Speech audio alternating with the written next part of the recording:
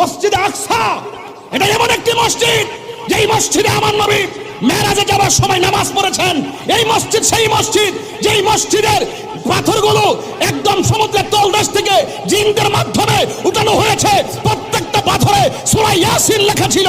এমন মসজিদ, এই মসজিদ সেই মসজিদ যেই মসজিদ মুসলমানদের প্রথম কিবলা ছিল। জীবনের রক্ত দিয়ে হলো সেই মসজিদ আকসাকে রক্ষা করে ছাড়বো, ঠিক কি না বলেন?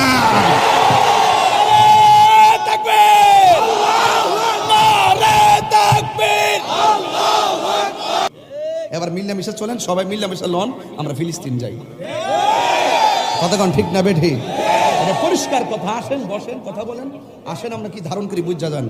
বইয়ের বাংলার জমিনে সার তিন বেলা খাইয়া খেয়া খালি ফেসবুকে লিখলে চলতো না, ডাইরেক্ট চলে আমরা যাই। আমরা প্রস্তাব করে আমরা পাঠাই দেন, শুধুমাত্র বেশি আমরা ট্রেনিং লাগতো না, ডাইরেক্ট ভ্রমণ করে বললাম। কতক্ষণ ঠিক না?